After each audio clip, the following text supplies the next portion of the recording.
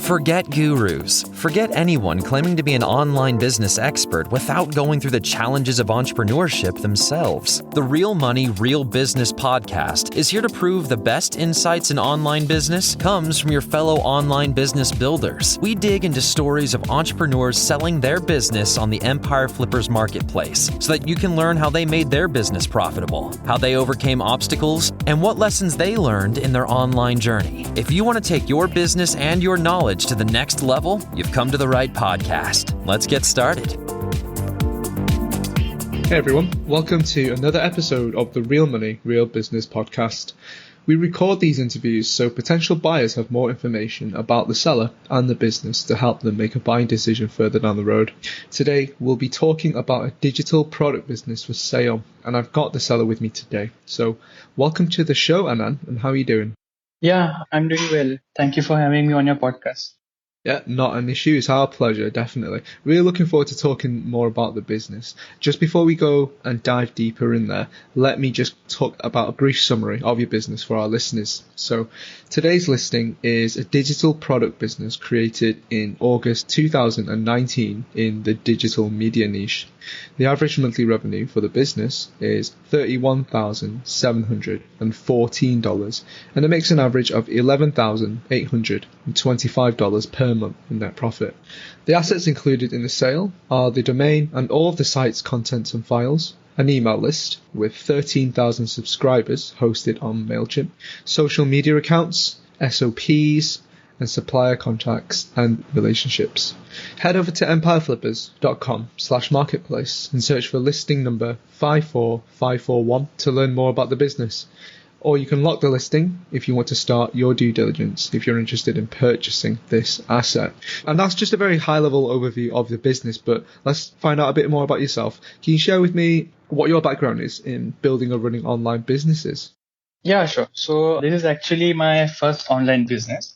And before that, I was working at a digital marketing agency for 2 years. And I quit my job and I started this business. I got this idea for this business when I started to learn Photoshop. Then I looked into other websites and decided that it would be a great fit to start a new website regarding the same niche. Yeah, makes sense. So you were sharing that you were working for a digital marketing agency and you decided that you were going to quit. What made you decide that today's the day I'm going to go and start my own business?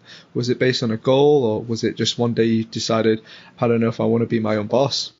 Yeah, that would be gist of it. So I started a consulting business before my job, but it did not work out great. So I wanted to give this entrepreneurial goal another shot. So I decided to get into this. Definitely makes sense. So you briefly shared that you were learning Photoshop. Is that sort of where you got the idea to start this business in particular, a digital product business in the digital media niche?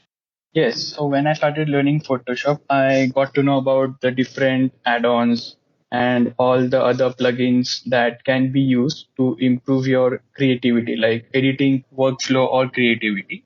So that's where I got the idea to start. Gotcha. So I suppose as you were learning more about Photoshop and about the industry, I suppose, then you sort of found a gap in there and you thought maybe I could create something, a digital product that can improve people's creativity and maybe even productivity as well. Yes, correct. Exactly. Fantastic. So you were saying this is the first online business you've ever started, which is fantastic. Why would you say that this business model for digital products is great for people who are interested in starting their own online business for the first time? Right. So the first thing would be there is no hassle of inventory management and you don't have to ship a product. So if you are looking at a traditional e-commerce website, like for say Amazon, you have to take care of the inventory. You have to manage the inventory. You need another group of people to manage the inventory and sort the products. And after that, you also need to make sure that the products are being delivered on time to your customers. In a digital market, digital business, you don't have to deal with all that. All you need to do is a product. And then once your customer makes a purchase, the product is automatically delivered to him or her on their email address. Yeah, I get what you're saying. It's definitely one of the more hands-off business models out there. Like you say, there's very little overhead. You don't need to worry about inventory and stuff like that. And yeah, as you were saying, once you automate the processes, the products get shipped direct to the customers, and it's pretty straightforward. So definitely makes sense. You've done a fantastic job building this business over all these years, but listeners will be wondering why you're selling the business right now instead of staying with it or growing it. Understand that. I have a plan for another e-commerce website. So it would take me some time to get that off the ground. I want to give more time towards that idea. So I thought instead of keeping it and focusing on both websites, I would sell it off to someone who can grow this business since it has a lot of potential. Wonderful, yeah, definitely sounds like you've very much been bitten by the entrepreneurial bug. Aren't just happy with the one project, you've gone and started off a new one, and it definitely makes sense. You want to sell this business to raise capital and have the time as well to really invest into this e-commerce project, so definitely makes sense. Let's just talk a bit about your experience then. Can you share with me what you learned from building this business that you would apply to future projects? Right. So the main source of revenue of this website comes from Facebook and Google Ads. So I would definitely use them. So in the future, if I'm starting another e-commerce website, I will definitely use my experience with Facebook and Google Ads to try and publicize that website, bring in more customers who will purchase products from me. Gotcha.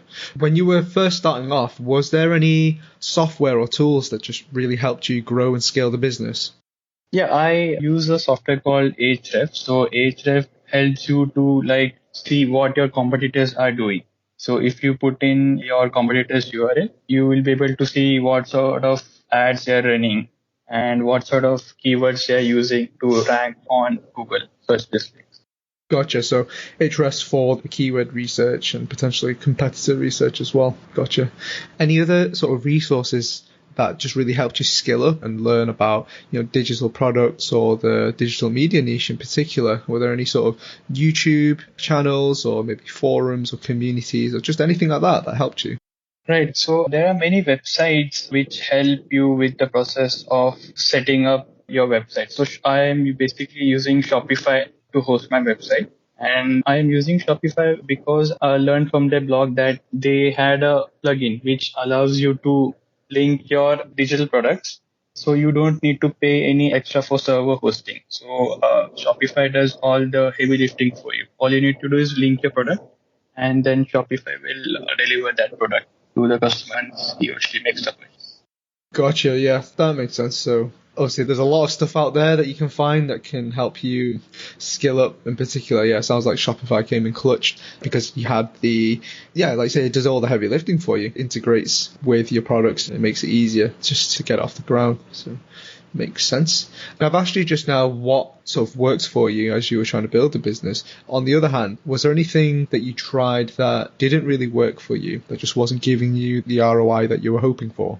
Right. So I getting into affiliate marketing. So what I was trying to do is reduce my dependency on paid ads. And I tried getting into affiliate marketing, but I reached out to I think around 300 to 400 people, but no one was very enthusiastic for joining my program. So that would be one area where it didn't work out great. Gotcha. Yeah, affiliate marketing, I think, is a really great way to establish another revenue channel. But like you say, it is a different skill set. So yeah, definitely takes some time and experimenting to see what works for sure. I just want to ask you then, I guess on the note of affiliate marketing and traffic, what do you do in terms of marketing for the business right now? Right now, the main source of revenue comes from Facebook ads, Google ads, and our weekly email newsletters.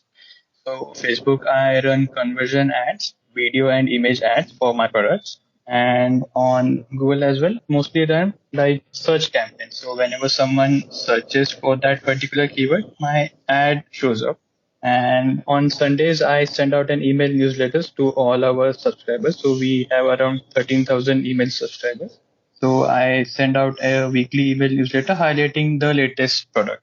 Yeah, no, that's great. It definitely sounds like there's lots of different marketing channels out there for sure. Suppose then, by extension, can you sort of describe what your day-to-day looks like, or even your weekly tasks that you do to try and keep the business going? Right. So day to day would be like I reach out to potential new vendors and I send them an email like saying like your product would be a great fit for our marketplace and you would earn extra money if you list your product on our website. So if they agree, and then I send them a contract, and once he sends his assets, I then list them on my website. So that's what I do on a daily basis. Sometimes some of our customers also face some issues, like when they're trying to use product. So if they have any doubts or queries regarding the product, I also help them out with that, with this. And every 2 to 3 days, I also look into the ads, see like how they're performing, and I switch off like non-performing ads. Then I launch that. I do every 2 to 3. Yeah, it sounds like managing the sort of vendors in your product space. Yeah, watching the ads and turning them off or optimizing them if necessary and providing customer support. So yeah, makes sense. If there was a buyer who's listening, is really interested in acquiring this asset, what would you say are some of the skills or requirements they should be aware of so that they can, step into the role and hit the ground running? As I said that most of our customers can come from paid advertisement. I believe that you need to have some knowledge on Facebook and Google Ads, and also a little bit of knowledge on Photoshop and Premiere Pro would be great since most of our products are targeted towards those two software suites. Okay, gotcha. What would you say are some of the major opportunities to grow this business? If you were to, in theory, stay with the business, how would you try to grow it? The one thing that I have not looked into is SEO. So SEO would be a great channel for any potential buyers. So what they can do is write more blogs and create more like YouTube videos. So in doing so that you can reduce the dependency on paid ads, and then you can gain more paying customers to that, those channels. Also, one more great channel to advertise would be Pinterest. So since there are many graphic designers and photographers who use Pinterest, I would highly recommend running Pinterest ads if it is available in your country.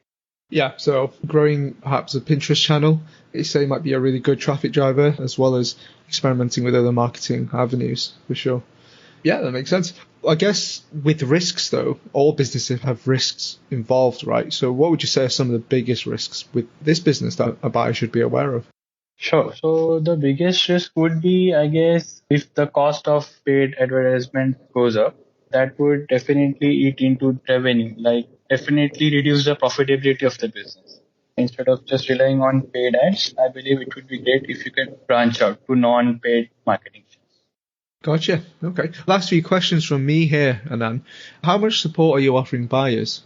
So I'm willing to offer 1 month of email and phone support. So I would definitely help them out onboarding on how to like list new products, how to reach out to new vendors, and what are the common queries asked by our customers, and how I have structured our Facebook and Google ads, and how they can continue running the same.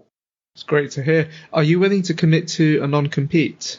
Yes, I am willing to commit to a non-compete of 3 years. Great. And are you open to seller financing, negotiating something like an earnout? Yes, an upfront deal would be preferable, but if the earnout clause is what the buyer is interested in, then I would be like willing to listen to it. Yeah, that's great to hear. So last question from me then, Anand. Put yourself in the shoes of a buyer. Why would you say that this is a business that's worth buying? Right. So as I said, this is a digital media business. So the amount of work like that you need to put into versus the amount of money that you can make is much higher than a traditional e-commerce website. He or she is like interested in buying this business. They can also like if they already have a team of people working under them, they can easily train them to run this business. And yeah, so the amount of work is much less. Gotcha. Is there anything else that you'd like to share that you think I might have missed? No, that would be all. Wonderful. Well, Anand, thank you so much for joining me on today's episode. I hope that your business gets acquired by the right buyer in the very near future. Right. All right, everyone. Thanks for listening. To learn more and see if this listing has already been sold, head over to empireflippers.com/marketplace and search for listing number 54541. If you're watching this on YouTube, click the link in the description to go straight to the listing. And once you've unlocked this listing, you'll be given everything you need to know about this business. So until next time, enjoy your digital journey.